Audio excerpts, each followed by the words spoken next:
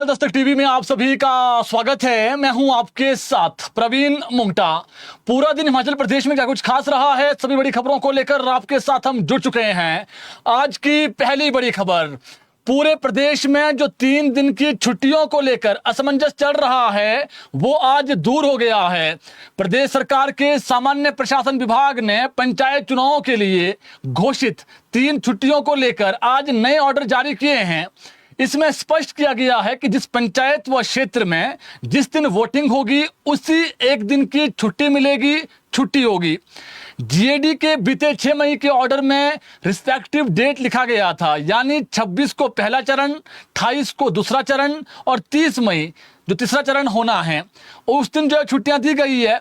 मगर नए आदेशों के अनुसार जिस पंचायत में जब वोटिंग होगी उसी दिन का अवकाश रहेगा, स्वैतनिक अवकाश होगा, यानी आपको छुट्टी मिलेगी और वेतन भी मिलेगा, यानी वेतन कटौती नहीं होगी। आपको बता दें, राज्य की 3754 पंचायतों में 3 चरण में जो है वो अलग अलग दिन वोटिंग होनी है। इसी कारण सरकार ने वोटिंग वाले दिन छुट्टी घोषित की है। इन तिथियों पर राज्य के सरकारी कार्यालय, बोर्ड, निगम, शैक्षणिक संस्थान और जो औद्योगिक प्रतिष्ठान हैं वो बंद रहेंगे। साथ ही संबंधित क्षेत्रों में आने वाली दुकानें, ये इंपॉर्टेंट है, सबसे इंपॉर्टेंट, जो जहां जहां चुनाव हैं वहां पर जो दुकानें हैं और जो वाणिज्यिक प्रतिष्ठान हैं उन पर भी यह आदेश लागू होंगे। दैनिक वेतनभोगी कर्मचारियों को भी इन दिनों का भुगतान किया जाएगा, उनको भी छुट्टी देनी कंपलसरी होगी। सरकार ने यह भी स्पष्ट किया है कि कुल्लू जिले के नगर ब्लॉक के करजान और सोयल आनी ब्लॉक के जो वहां पर एक जगह पड़ती जबान और नमहो ग्राम पंचायत में ये चुनाव कार्यक्रम लागू नहीं होगा, क्योंकि वहां पर चुनाव नहीं है, इस वजह से वहां पर लागू नहीं होगा। महत्वपूर्ण बात यह है कि कर्मचारियों को छुट्टी सिर्फ एक दिन की मिलेगी। जिस पंचायत में जब मतदान है उस दिन की स्वैतनिक अवकाश होगा, बाकी 2 दिन उन सभी कर्मचारियों को जो है वो ड्यूटी पर आना होगा। यानी ऐसा नहीं है कि 3 दिन की छुट्टी होगी, 1 दिन की छुट्टी होगी और सबको देनी पड़ेगी। स्कूल तो स्वाभाविक है, जहां पर पोलिंग बूथ बना होगा तो वहां पर जो है स्कूल तो उस दिन बंद ही रहेगा। लेकिन इसमें खबर है, बताएंगे आपको। मान लीजिए जिस स्कूल से 3 टीचर किसी स्कूल में और तीनों की ड्यूटी लग गई है, एक टीचर भी वहां पर नहीं है, उसको लेकर सरकार ने नए ऑर्डर निकाले हैं आज। वो क्या है बताएंगे इसके बाद। लेकिन आज की एक बहुत बड़ी खबर है और ये खबर हम आपको हिमाचल से रिलेटेड करके कैसे ये खबर इंपॉर्टेंट है, आप पहले खबर सुनिए। प्रधानमंत्री नरेंद्र मोदी की ईंधन बचत की अपील के बाद दिल्ली सरकार ने एक बड़ा फैसला लिया है। केंद्र सरकार ने, केंद्र सरकार अलग है, दिल्ली सरकार अलग है। दिल्ली की जो भाजपा की सरकार है, दिल्ली के लिए अलग है जो है आदेश हुए और जो गवर्नमेंट ऑफ इंडिया है उसके लिए अलग से हैं। अब देखिए, दिल्ली की जो मुख्यमंत्री रेखा गुप्ता, उन्होंने आज प्रेस वार्ता की है और कई ऐलान किए हैं नई। दिल्ली में, दिल्ली के जो राजधानी है, सरकारी दफ्तरों में हफ्ते में 2 दिन का वर्क फ्रॉम होम होगा।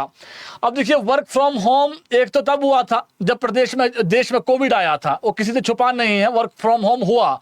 लेकिन कोविड नहीं है, बावजूद इसके वर्क फ्रॉम होम किया गया है। तो इस बात से आप समझ सकते हैं कि प्राइम मिनिस्टर ने जो अपील की है वो कितनी इंपॉर्टेंट है। और इस वक्त जो क्राइसिस चल रहे हैं वर्ल्ड वाइड, उस क्राइसिस का जो असर है वो कहीं ना कहीं देश में भी देखने को मिल रहा है।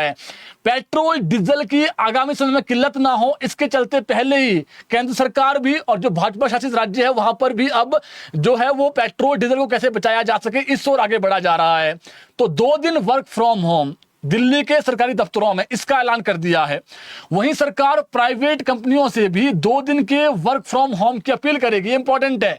अब देखिए, गवर्नमेंट में तो होगा ही होगा दिल्ली में, लेकिन जो प्राइवेट कंपनीज है उनसे भी अपील कर रही है, क्योंकि उनका जो आदेश है वो जो सीएम है, गवर्नमेंट का तो दे देते हैं आदेश, लेकिन सीएम ने ये कहा, रेखा गुप्ता ने, कि हम ये अपील करेंगे कि जो प्राइवेट है वो भी, अगर वाहन कम चलेंगे, क्योंकि जब प्राइवेट ऑफिस चलेंगे, दिल्ली में प्राइवेट ऑफिस बहुत ज़्यादा, ये सबको पता है, तो ऐसे में वहां पर वाहन चलेंगे तो ये वाहनों की जो संख्या है उसको भी कम करना चाह रही है केंद्र सरकार की, पेट्रोल डीजल की जो है वो बचाए जा सके। इसके अलावा दोनों स्तरों पर, प्राइवेट और सरकारी दोनों स्तरों पर जो है वो काम जो है वो आगे बढ़े इस प्रकार से कि जो पेट्रोल डीजल बचाए जा सके। इसके लिए मेरा भारत मेरा योगदान स्कीम शुरू की गई है।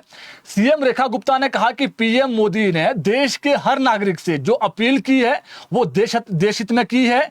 इसके लिए हमने कुछ प्लान बनाया है। पेट्रोल और डीजल की बचत हो, इसके लिए हमने सरकारी और जो प्राइवेट हैं दोनों लेवल पर काम किया है। अब सरकारी दफ्तरों में हर सप्ताह 2 दिन वर्क फ्रॉम होम होगा। एक तो ये हो गया। वहीं प्राइवेट कंपनियों से भी 2 दिन वर्क फ्रॉम होम के लिए कहा गया जाएगा। और इसके अलावा सीएम ने कहा है कि दिल्ली के सरकारी अधिकारियों को जो पेट्रोल और डीजल मिलता था, उनको अमूमन जो पीछे मिलता रहा है, आज भी मिलता रहा है, कल से नहीं मिलेगा, उसमें 20% की जो कटौती है वो कर दी गई है आज से। यानी कल जब आएंगे वो, तो कल से ही कटौती है। आज जो है वो फैसला लिया गया है। हर सोमवार को मंडे मेट्रो के तौर पर काम करेंगे, यानी अफसर और कर्मचारी मेट्रो से दफ्तर आएंगे, यानी गाड़ियां नहीं चलेगी, मेट्रो से आना पड़ेगा आपको। दिल्ली में जितनी भी सरकारी अधिकारियों की कॉलोनी है उनके लिए 58 बसों को तैनात किया जाएगा, जो कॉलोनी से मेट्रो स्टेशन तक चलाई जाएगी। यानी अपना वाहन ना चलाएं, मेट्रो वाला आप उपयोग करें। आपके लिए हम जो प्राइवेट कह सकते हैं, आप जो सार्वजनिक एक होता है, जो एचआरटीसी की बस हिमाचल प्रदेश में प्राइवेट बसें हैं, एक साथ 50-60 लोग या फिर एक साथ 30-40 जो कर्मचारी है वो जा सकें। इसके अलावा दिल्ली सरकार स्कूल और कॉलेजों में, ये इंपॉर्टेंट है, ऑनलाइन क्लासेस शुरू कराने की अपील करेगी। यानी चाहे वो गवर्नमेंट हो प्राइवेट हो, दोनों में किसी तरीके से ऑनलाइन क्लासेस की तरफ भी आगे बढ़ा जाए। अब इसके पीछे की वजह क्या है? जब बच्चे स्कूल जाएंगे तो स्वाभाविक है जो प्राइवेट व्हीकल्स हैं, अब किसी के टैक्सी में जाते हैं बच्चे, तो टैक्सी चलेगी, स्वाभाविक है। तो ऐसे में जो है वो ये तो जरूर है कि जो पेरेंट्स है वो तो पैसा देते ही है और टैक्सी वालों को पैसा देना पड़ेगा, लेकिन ऑनलाइन क्लासेस की तरफ आगे बढ़े, ये भी स्कूल की तरफ आगे। जैसे टीचर्स हैं वो भी जाते हैं सुबह के समय, और सुबह के समय जाने से क्या होता है कि जो पेट्रोल डीजल है वो लगता है। मुख्यमंत्री ने कहा है कि हम स्कूल कॉलेज और जो यूनिवर्सिटीज हैं उनसे भी अपील करते हैं कि वह ऑनलाइन क्लासेस करें। वहीं 6 महीने के लिए दिल्ली सरकार कोई भी पेट्रोल डीजल और जो ईवी गाड़ी है वो नहीं खरीदेगी। मुख्यमंत्री गुप्ता ने कहा है कि हम अदालतों से भी ऑनलाइन मामलों की सुनवाई करने की अपील करते हैं। दिल्ली सरकार के किसी भी मंत्री या अधिकारी की आधिकारिक विदेश यात्रा पर तुरंत प्रभाव से जो है रोक लगा दी गई है, नहीं होगी। दिल्ली सरकार 100% भारत में बने प्रोडक्ट का ही उपयोग करेगी। 90 दिन तक यह योजना को लागू के लोगों के बीच चलाई जाएगी, यानी 90 डेज का मतलब 3 मंथ्स ये चलेगा जी। सरकार लोगों को बचत करने के लिए शपथ दिलाएगी कि बचत करें आप। और सीएम ने इस कैंपेन में दिल्ली के हर नागरिक के जुड़ने की भी अपील की, आप जुड़िए इसमें। सीएम ने बताया कि दिल्ली सरकार ने यह भी तय किया है कि सरकार के हर दफ्तर में एसी को भी 24 से 25 डिग्री के बीच ही फिक्स किया जाएगा। वहीं दफ्तरों के समय में बदलाव किया गया है, इंपॉर्टेंट है, टाइम बदल दिया गया है। दिल्ली सरकार के कार्यालय का जो समय है वो सुबह 10:30 बजे से शाम 7:30 बजे तक। ऐसा तो अमूमन होता है कि 4-5 बजे छुट्टी हो जाती है, लेकिन जो बड़े अधिकारी भी बैठते हैं 7:30 बजे के बाद नहीं बैठ पाएंगे, वो घर से काम करेंगे। वहीं निगम के दफ्तर सुबह 8:30 बजे से शाम 5:30 बजे तक चलेगा। एक तो हो गया दिल्ली सरकार का। केंद्र सरकार के जितने भी कार्यालय है दिल्ली में सुबह 9 बजे से शाम 5 बजे तक चलेंगे।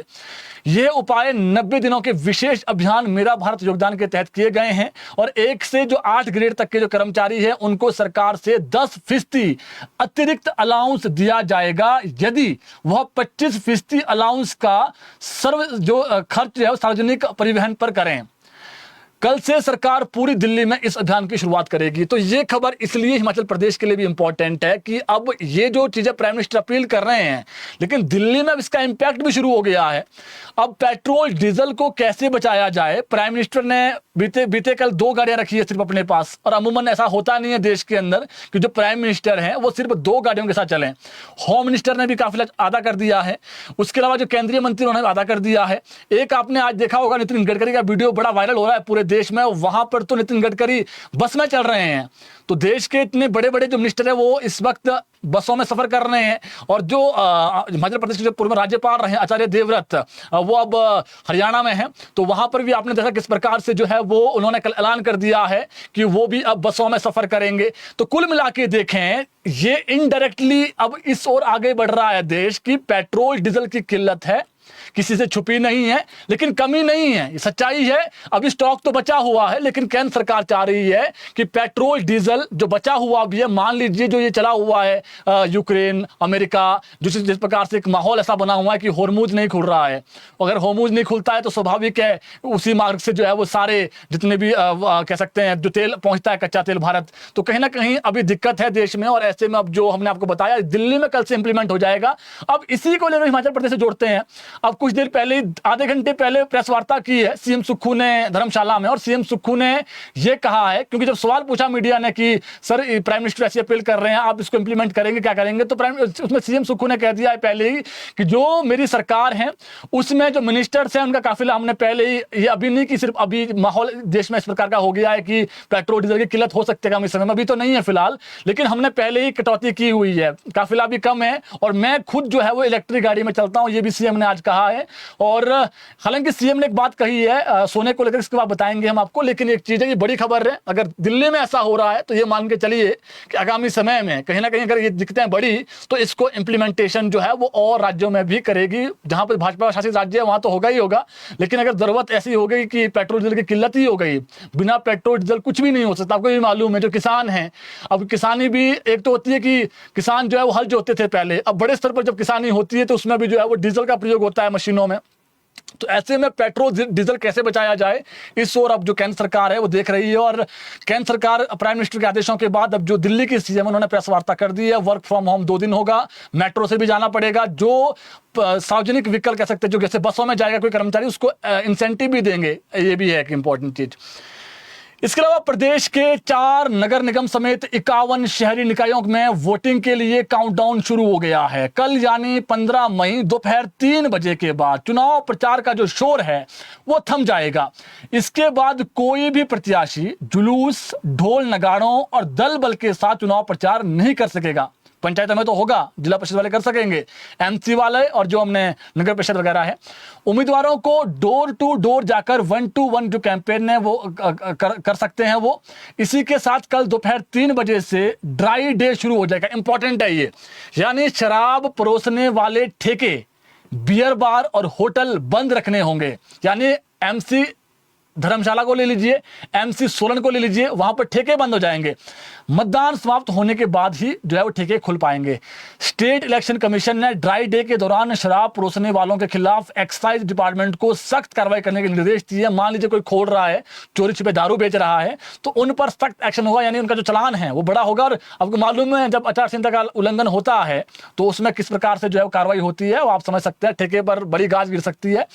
राज्य के सभी नगर निकायों में 17 मई को सुबह 7 बजे मतदान होगा और जो दोपहर 3 बजे तक चलेगा। अब देखिए इंपॉर्टेंट ये भी है कि 3 बजे के बाद जो 4 बजे कोई आएगा तो उसको वोट नहीं डालने दिया जाएगा, लेकिन इंपॉर्टेंट ये है कि 3 बजे से पहले कोई लाइन में खड़ा है, जब तक वो लाइन खत्म नहीं हो जाती तब तक वो मतदान वहां पर करवाना पड़ता है, ये रूल्स हैं। सोलन, मंडी, धर्मशाला और पालमपुर नगर निगम को छोड़कर अन्य सभी स्थानों पर नगर परिषद और नगर पंचायतों में मतदान समाप्त होने के बाद उसी दिन मतगणना शुरू होगी और परिणाम घोषित कर दिया जाएगा। चारों को छोड़कर बाकी जगह होगा मतगणना, जबकि 4 नगर निगमों में जो परिणाम के लिए 31 मई तक इंतजार करना होगा। यानी उस दिन एक तो हो गया कि उनका तो आ जाएगा दूसरों वालों का, लेकिन जो एमसी वाले हैं उनको 31 तक रुकना पड़ेगा, क्योंकि हालांकि उनके तो वोटिंग भी ईवीएम से होनी है, तो ईवीएम मशीनें सुरक्षित ही रहती है। इसके अलावा प्रदेश राज्य निर्वाचन आयोग ने दुर्गम जनजातीय क्षेत्र बड़ा भंगाल में अतिरिक्त मतदान केंद्र स्थापित करने और मतदान दल को हेलीकॉप्टर के माध्यम से भेजने का निर्णय लिया है। इस संबंध में जिला निर्वाचन अधिकारी कांगड़ा द्वारा आयोग को अवगत करवाया गया था कि पूर्व वर्षों में पंचायत चुनाव दिसंबर जनवरी में आयोजित होते रहे हैं, जब बड़ा भंगाल के अधिकांश लोग निचले क्षेत्रों में आकर जो है वो खासकर भीड़ में निवास करते थे और वहीं मतदान कर लेते थे। लेकिन इस बार पंचायत चुनाव मई में हो रहा है, तो ऐसे में करीब 102 जो मतदाता है उसी गांव के कृषि कार्यों के लिए चलते बड़ा भंगाल में ही रह रहे हैं। तो बड़ा भंगाल से बीड़ की दूरी लगभग 72 किलोमीटर है और यहां पहुंचने का एकमात्र साधन दुर्गम पैदल मार्ग है। ऐसे में मतदाताओं के सामने मतदान से वंचित रहने की स्थिति पैदा हो गई थी। इसे गंभीरता से लेते हुए राज्य निर्वाचन आयोग ने बड़ा भंगाल में सभी वार्डों के मतदाताओं के लिए एक अतिरिक्त मतदान केंद्र स्थापित करने का निर्णय लिया है और पंचायत चुनाव का मतदान प्रथम चरण में 26 मई को करवाया जाएगा। मतदान दल में 4 सदस्य होंगे जो हेलीकॉप्टर के जरिए मतपेटियों और जो मतदान सामग्री वहां पर लेकर के जाएंगे। बड़ा भंगाल हेलीकॉप्टर में जाएंगे कर्मचारी भी जो वहां पर ड्यूटी में होंगे। पूरी प्रक्रिया संबंधित उपमंडलाधिकारी की व्यक्तिगत निगरानी में संपन्न होगी। मतपत्रों की मतगणना भीड़ में होगी। सभी प्रत्याशियों और उनके एजेंटों को मतगणना से कम 24 घंटे पहले सूचना दी जाएगी। तो मतगणना सुबह 9 बजे से शुरू होगी और जो है वो वार्डवार मतपत्रों की गणना की जाएगी। प्रदेश के सबसे दुर्गम क्षेत्रों में शामिल बड़ा भंगाल के लिए यह फैसला लोकतंत्र को मजबूत करने वाला माना जा रहा है। यानी 102 लोग कितने इंपॉर्टेंट है भारतीय लोकतंत्र लोकतंत्र में आपको मालूम है एक एक वोट कितना इंपॉर्टेंट है। 102 लोगों के लिए बड़ा बंगाल हेलीकॉप्टर भेजा जाएगा, वहां पर जो है पेटियां भी होगी, जो 4 एम्प्लॉई है उनके देखरेख में वहां पर चुनाव होगा, और जो एसडीएम है वो सारे उसको देखेंगे कि कुछ गड़बड़ तो नहीं है, वो हर चीज पर नजर रखेंगे। इसके अलावा चुनाव आयोग ने आज स्पेशल इंटेंसिव जो कह सकते हैं रिवीजन, जिसको एसआईआर कहा जाता है, यानी एसआईआर, इसका जो तीसरा फेज है उसकी घोषणा कर ली है। इस फेज के तहत हरियाणा, झारखंड, उत्तराखंड, दिल्ली समेत 16 राज्यों और 3 केंद्र शासित प्रदेशों में 36.73 करोड़ वोटरों का वेरिफिकेशन किया जाएगा। एसआईआर के तीसरे फेज के बाद जब ये हो जाएगा, इनका जो ऊपर हमने बताया आपको, उसके बाद हिमाचल प्रदेश, जम्मू कश्मीर और लद्दाख को छोड़कर पूरे देश में एसआईआर प्रक्रिया पूरी हो जाएगी। जब उसके बाद जो 3 बचे हुए राज्य हैं, जिनमें एक राज्य है और 2 यूटी है, यानी हिमाचल प्रदेश, लद्दाख और जम्मू कश्मीर, तो इनमें जिस प्रकार से खराब मौसम और जनगणना के कारण एसआईआर के शेड्यूल की घोषणा बाद में की जाएगी, यानी थोड़ा सा समय लगेगा उसमें। तो चुनाव आयोग ने बताया कि तीसरे फेज की एसआईआर प्रक्रिया में 3.94 लाख जो बूथ लेवल अधिकारी हैं, जिनको बीएलओ कहा जाता है, वो तैनात रहेंगे। बीएलओ की मदद के लिए राजनीतिक पार्टियों की तरफ से नियुक्त 3.42 लाख बूथ लेवल जो एजेंट हैं, बीएलए, वो भी शामिल रहेंगे। दिल्ली में एसआईआर के बाद फाइनल वोटर लिस्ट 7 अक्टूबर को जारी कर दी जाएगी। चुनाव आयोग ने 24 जून 2025 को पूरे देश में, बता दें आपको, इसका फ्लैशबैक में जाएंगे, जो सबसे पहले एसआईआर हुआ था देश में 24 जून 2025 को पूरे देश में एसआईआर कराने का जो आदेश है वो दिया गया था। अब तक 10 राज्य और 3 केंद्र शासित जो प्रदेश है वहां पर वो कवर हो चुके हैं। पहले फेज के तहत बिहार में सबसे पहले एसआईआर हुआ था, और दूसरे फेज के तहत 28 अक्टूबर 2025 से 12 राज्यों और जो केंद्र शासित प्रदेशों में एसआईआर हुआ है। चुनाव आयोग ने बताया कि पहले 2 फेज में करीब 59 करोड़ मतदाताओं को कवर किया गया था। इस दौरान 6.3 लाख वीएलओ और 9.2 लाख जो बीएलए हैं वो प्रक्रिया में शामिल हुए थे। तो ये मान के चलिए कि अब जितने भी देश में राज्य है वहां पर एसआईआर होगा। अभी हमने आपको बता दें जो पहले राज्य है वहां होने हैं, लेकिन जो सबसे लास्ट में जो होगा वो होगा हिमाचल प्रदेश का, फिर लद्दाख का और उसका जम्मू कश्मीर का। उसके लिए अलग से डेट आएगी कब से शुरू होगा। अभी फिलहाल हमने जो बताया आपको इनका पहले होना है। इसके अलावा मुख्यमंत्री सुखविंदर सिंह सुक्खू का कहना है कि प्रदेश के राज्यपाल ने अगर अपने काफिले में वाहनों की कटौती की है तो ये स्वागत योग्य कदम है, लेकिन प्रदेश सरकार पहले से ही बहुत से संसाधनों में कटौती कर चुकी है और आगे बढ़ रही है। बीती शाम को क्या हुआ कि मंडी में नगर निगम चुनाव के प्रचार के दौरान व्यापार मंडल के साथ बैठक के बाद मीडिया से बातचीत में सीएम ने कहा कि वे स्वयं इलेक्ट्रिक कार में सफर करते हैं जो काफी छोटी है और उसका खर्च भी पेट्रोल से कम है। उन्होंने अपने काफिले के अलावा मंत्रियों के जो काफिला है उसमें पहले से ही कटौती कर रखी है। इसके अलावा मंत्रियों का जो वेतन है उसमें भी 30% जो कटौती है वो की गई है, और जो एमएलएज हैं उनका भी 20% की जो अस्थायी कटौती है वो की गई है। अभी सरकार के इन्हीं प्रयासों से प्रदेश आर्थिक रूप से जो है वो आत्मनिर्भरता की तरफ आगे बढ़ रहा है। सीएम सुक्खू ने विपक्षी दल भाजपा पर जुबानी हमला बोलते हुए कहा कि भाजपा ने अपने शासनकाल में फिजूल खर्ची करके प्रदेश की संपदा को लुटाने का काम किया है। हजारों करोड़ के भवन खड़े कर दिए गए हैं जिनका आज कोई औचित्य नहीं है, कोई लाभ नहीं मिल रहा जनता को। अब भाजपा सत्ता में आने के सपने देख रही है, लेकिन उन्हें यह नहीं पता कि इसके लिए जनता की कसौटी पर खरा उतरना पड़ेगा। प्रधानमंत्री नरेंद्र मोदी हिमाचल के लिए 1500 करोड़ का ऐलान करके गए थे, लेकिन वो पैसे अभी तक नहीं आए हैं। भाजपा के लोग जब हम बोलते हैं कि नहीं आ रहे हैं, आप मदद करिए, आप केंद्र से गुहार लगाइए, तो एक भी नेता जो है वो अपने नेताओं के खिलाफ, जो केंद्रीय नेताओं के खिलाफ नहीं बोल पाता है। तो भाजपा कितनी प्रदेश हितैषी है वो जनता जान चुकी है। प्रदेश सरकार लगातार आर्थिक स्थिति को बेहतर बनाने की दिशा में प्रयास कर रही है, सीएम ने दावा किया है, जिसके चलते जल्द ही जो है वो सार्थक जो परिणाम है वो देखने को मिलेंगे। इसका एक जो सवाल है, बड़ा सवाल है, शिमला के केएनएच हॉस्पिटल को शिफ्ट करने को लेकर जब सवाल पूछा गया कि मामला हाईकोर्ट में है, वहां से कुछ आदेश आए हैं सरकार को, तो सीएम सुक्खू ने कहा कि यह बड़ा विषय नहीं है। गायनी वार्ड को आईजीएमसी में इसलिए शिफ्ट किया गया था ताकि वहां पर रोबोटिक सर्जरी हो सके। यह सब डॉक्टरों की मांग के अनुरूप ही किया गया था, क्योंकि गायनी में रोबोटिक सर्जरी के बहुत ज्यादा फायदे हैं। अब कुछ लोग इस फैसले के विरोध कोर्ट गए हैं, कोर्ट के फैसले का अध्ययन किया जाएगा। वहीं सोना खरीद पर जो सीएम ने पलटवार किया है, सीएम सुक्खू ने कहा है कि सोना खरीदना न खरीदना ये आम जनता खुद तय करेगी। शादी में सोना खरीदना एक चलन चला हुआ है, रिवाज है, रस्म है। गरीब से गरीब आदमी भी अपनी बेटी को सोना देता है। इस तरह की जो रोक लगाना है, जो अपील की गई है, तर्कसंगत नहीं है। ऐसे करने से जो ज्वेलर्स हैं उनके पास जो लोग काम करते हैं वो बेरोजगार हो जाएंगे, ये सीएम ने कहा है। इसके अलावा सीएम सुखविंदर सिंह सुक्खू ने मंडी में नगर निगम चुनावों के प्रचार के दौरान एक बड़ा ऐलान किया है, एक बड़ा वादा किया है। यदि कांग्रेस नगर निगम चुनाव जीतती है तो हर वार्ड को विकास करने के लिए लगभग 50-50 लाख रुपए की जो घोषणा है वो सीएम ने की है, विशेष बजट दिया जाएगा। सीएम ने कहा है कि कांग्रेस समर्थित उम्मीदवारों की जीत पर प्रत्येक वार्ड के लिए विशेष विकास जो बजट है वो सुनिश्चित किया जाएगा। उन्होंने कहा है कि सरकार नगर निकायों को मजबूत करने के लिए काम कर रही है। यह घोषणा मुख्य रूप से मंडी नगर निगम के स्थानीय निकाय चुनाव को लेकर की गई है, और जहां कांग्रेस और भाजपा में कड़ी टक्कर है। आपको बता दें, मंडी को जो है वो भाजपा का किला कहा जाता है, लेकिन इसी किले को जो है वो अब कांग्रेस भेजना चाह रही है। उधर भाजपा के मुख्य प्रवक्ता एवं विधायक राकेश जम्वाल ने आज मंडी में कांग्रेस सरकार के खिलाफ व्यवस्था परिवर्तन से पतन तक अभियान को शुरू करने के बाद आयोजित पत्रकार वार्ता में कहा कि सीएम सुक्खू द्वारा नगर निकाय के चुनावों में जनता के बीच जाकर कांग्रेस पार्षदों को जीतने के लिए 20-50 लाख का जो प्रलोभन देना उनकी संकुचित और छोटी सोच को दर्शाता है। उन्होंने आरोप लगाए हैं। जम्वाल ने कहा है कि राजनीतिक पार्टियां सरकारें जरूर बनाती है, लेकिन सरकार की कभी कोई पार्टी नहीं होती है। सरकार के लिए सभी एक समान होने चाहिए। इस प्रकार का जो बयान है ये तर्कसंगत नहीं है, ऐसा बयान सीएम को नहीं देना चाहिए। इसके अलावा प्रदेश सरकार का एंटी चिट्टा मॉडल जहां अपराधियों की कमर तोड़ने में कामयाब हो रहा है, वहीं इस मॉडल की चर्चा देश के अन्य राज्यों में भी होने लगी है। नारकोटिक्स कंट्रोल ब्यूरो के रीजनल ऑफिस ने इस बारे में हिमाचल प्रदेश से अब रिपोर्ट मांगी है, ताकि इस मॉडल को अध्ययन कर अन्य राज्यों में भी लागू किया जा सके और चिट्टा तस्करों में संलिप्त अपराधियों पर प्रभावी ढंग से कार्रवाई सुनिश्चित हो सके। चिट्टे की समस्या से निपटने के लिए आपको बता दें, मुख्यमंत्री सुखविंदर सिंह सुक्खू ने एक व्यापक जो योजना है वो तैयार कर रखी है और जिसको इंप्लीमेंट भी किया जा रहा है। हिमाचल प्रदेश देश का ऐसा पहला राज्य है जहां पंचायतों में चिट्टे का नशा करने वालों और तस्करों की पहचान कर इन्हें रेड, येलो और ग्रीन श्रेणी के रूप में पहचाना गया है। राज्य सरकार ने जो पिट एनडीपीएस एक्ट लागू करके 174 अपराधियों को हिरासत में लिया है और इस तरह की बड़ी कार्रवाई करने पर हिमाचल प्रदेश देश भर में पहले स्थान पर रहा है।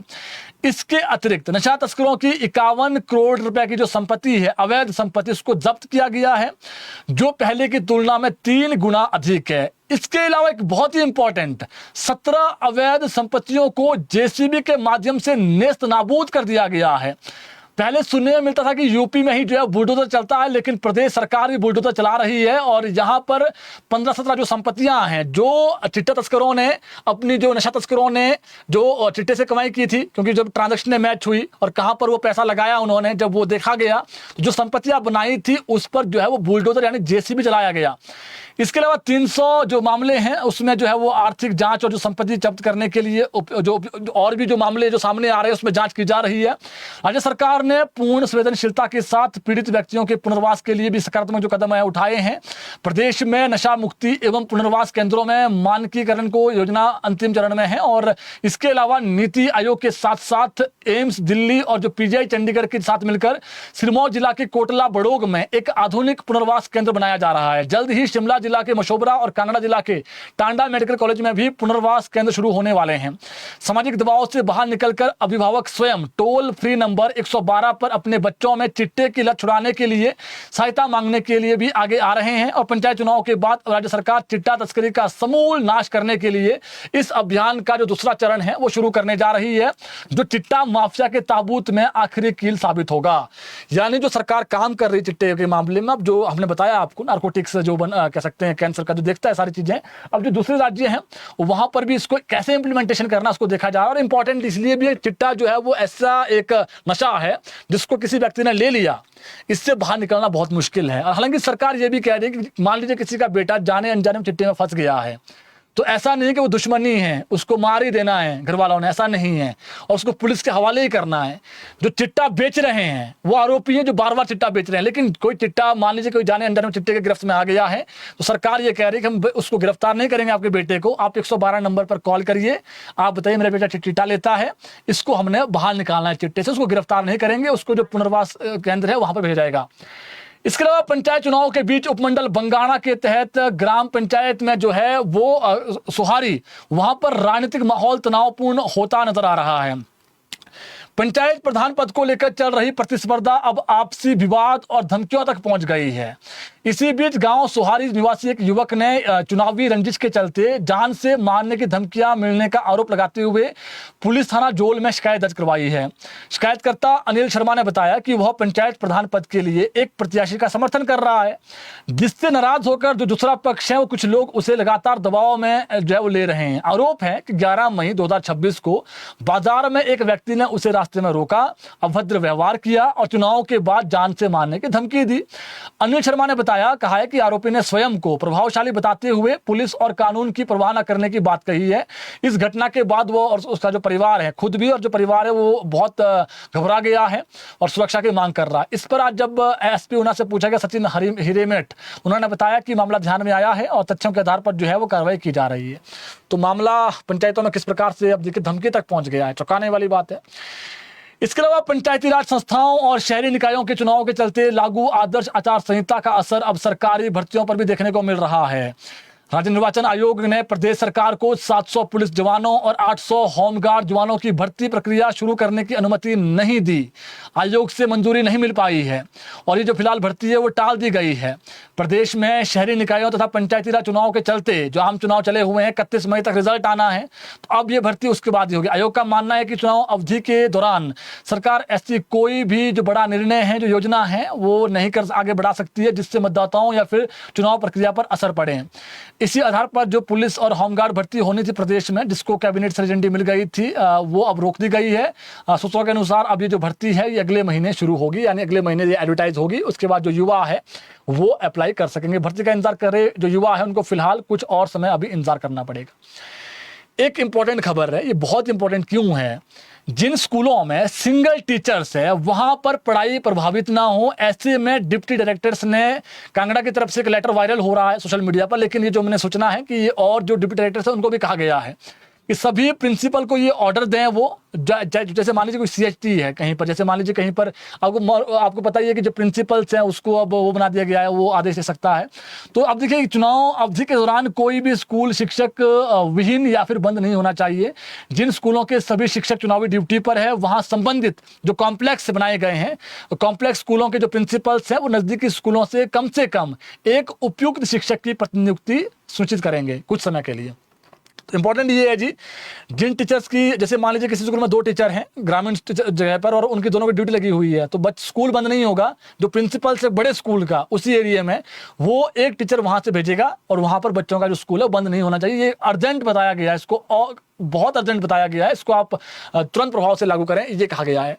तो यानी अब जो बच्चे हैं जहां पर ये लग रहा था कि ये स्कूल बंद हो जाएंगे, टीचरों की ड्यूटी लगी है, स्वाभाविक टीचर्स की ड्यूटी लगना तय है, लेकिन जहां पर टीचर 2 थे और वो दोनों ड्यूटी पे चले गए हैं, तो वहां पर अब जो सभी प्रिंसिपल्स हैं उनको आदेश दे दिए गए हैं कि आप इसको अर्जेंट माने और जो टीचर हैं एक, जैसे मान लीजिए कहीं पर 8 टीचर 7 टीचर है, एक टीचर आप वहां पर भेजें अस्थायी तौर पर। जैसे ही वो वापसी आएंगे टीचर छुट्टी ड्यूटी से, चुनावी ड्यूटी से वापसी, फिर वो अपने स्कूल में चला जाएगा। इसके अलावा सरकारी स्कूलों में लगने वाले कुछ जो कह सकते हैं कुक है और जो हेल्पर्स हैं, इनकी भर्ती शैक्षणिक योग्यता के आधार पर होगी। इंपॉर्टेंट है, प्रदेश शिक्षा विभाग ने पीएम पोषण योजना, पूर्व मिड डे मील योजना के तहत कुक कम हेल्परों की नियुक्ति प्रक्रिया में संशोधित जो निर्देश है वो जारी कर दिए हैं। सरकार ने कुकिंग एक्सपीरियंस के लिए दिए जाने वाले अंकों को हटाकर शैक्षणिक योग्यता के आधार पर अंक देने का निर्णय लिया है। कुक कम हेल्परों की अब जो नियुक्ति होगी उसके लिए 15 अंक तय किए गए हैं। नई व्यवस्था के अनुसार इंटरव्यू में अभ्यर्थियों को कुल 15 अंक दिए जाएंगे, जिसमें बीपीएल कम आय वर्ग परिवार को 3 अंक, विधवा या परित्यक्ता महिला के लिए 3 अंक, एससी एसटी ओबीसी अल्पसंख्यक वर्ग के लिए 2 अंक, परिवार में कोई सरकारी कर्मचारी न होने पर 2 अंक, संबंधित ग्राम पंचायत वार्ड का स्थायी निवासी 2 अंक दिए जाएंगे। स्कूल शिक्षा निदेशालय की तरफ से जो एक जो संशोधित नियमों के तहत शैक्षणिक योग्यता पर भी अंक मिलेंगे। अब इंपॉर्टेंट ये है, ये तो हो गया 15 अंक, लेकिन कोई पढ़ा लिखा कितना है, मान लीजिए कोई पढ़ा ही नहीं है तो उसको अंक नहीं मिलेंगे। 5वीं पास को 1 अंक, 8वीं पास को 1 अंक, 10वीं पास को भी 1 अंक दिए जाएंगे।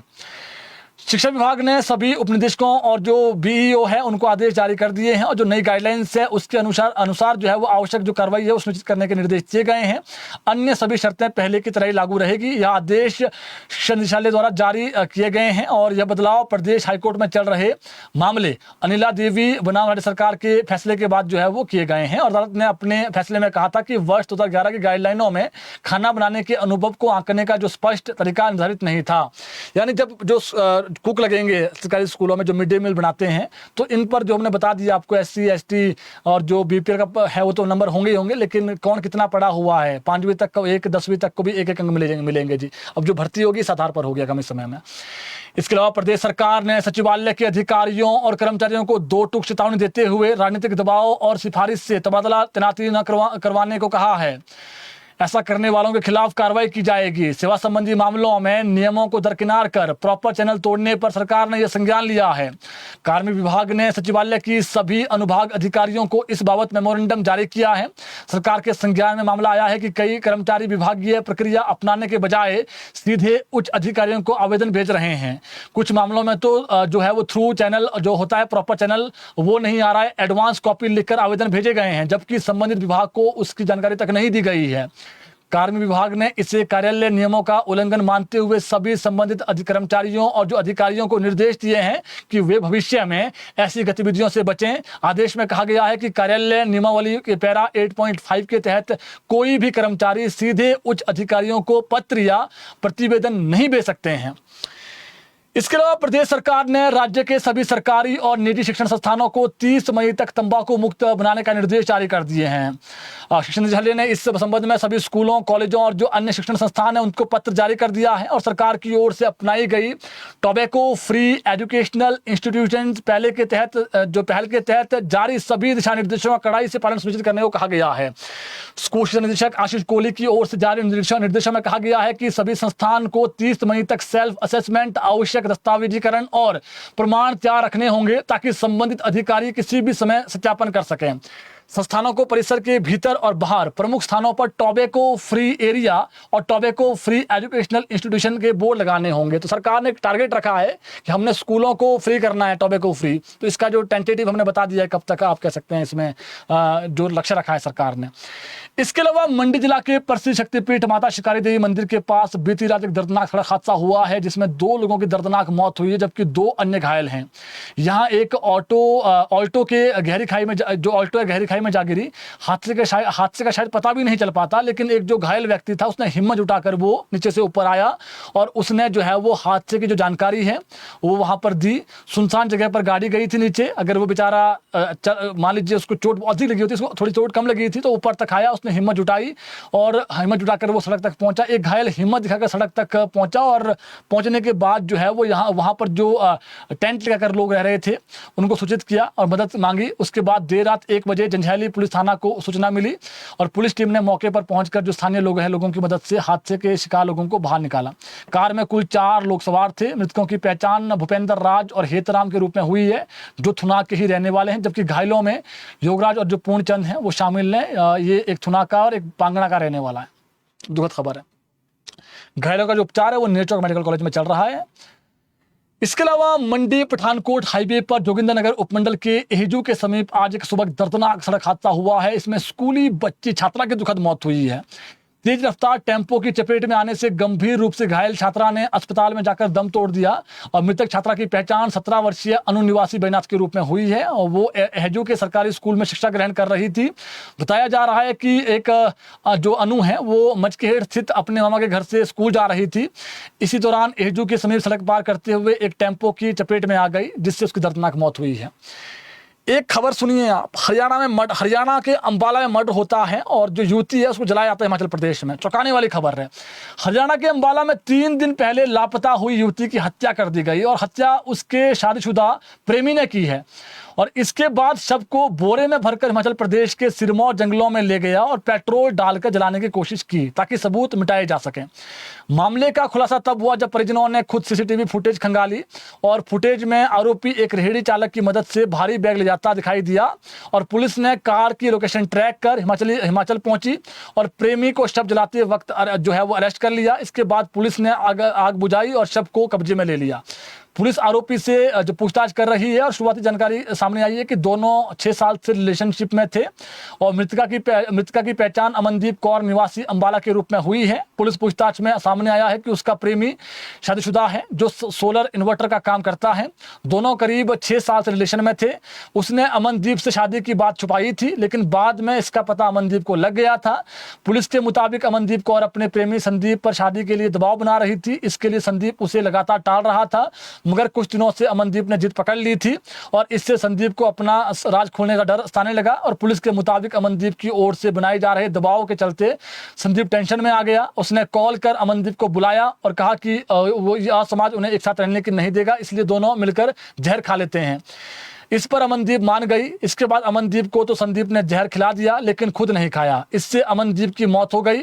इसके बाद वो शव को बोरे में डालकर अपनी कार से हिमाचल प्रदेश के सिरमौर जिला पहुंचा, जंगल में ले गया शव को, वहां जलाने की कोशिश की, मगर इसी दौरान पुलिस ने उसे पकड़ लिया। तो ये चौंकाने वाली खबर है जी। जैसे फिल्मों में जैसे होता है ना कि एक स्टोरी होती है, उस टाइप में कि दोनों जहर खा लेते हैं और एक ने खाया एक ने नहीं खाया और उसके बाद उसको वो ठिकाने लगाना चाहता है, लेकिन बात वही है कि जो गलत काम करता है वो पकड़ा जाता है।